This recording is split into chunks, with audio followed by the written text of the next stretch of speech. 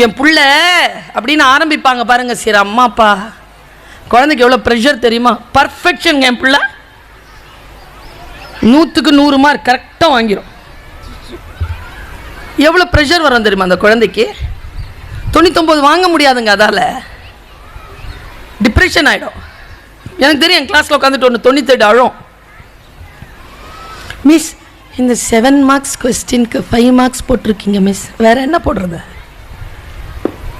2 marks miss. போட்டுக்கோ. வேணான்னு தானே போடலை, இல்லைன்னு தானே போடலை, போ. ஓ புழிஞ்சி புழிஞ்சி அழும். பக்கத்தில் ஒன்று K K K K K K K K அது 2 மார்க். அது 2 மார்க் வாங்கி சிரிக்கிறது கூட மேட்ரு கிடையாது ப்ரொஃபஸர். என் வலியை சொல்கிறேன்.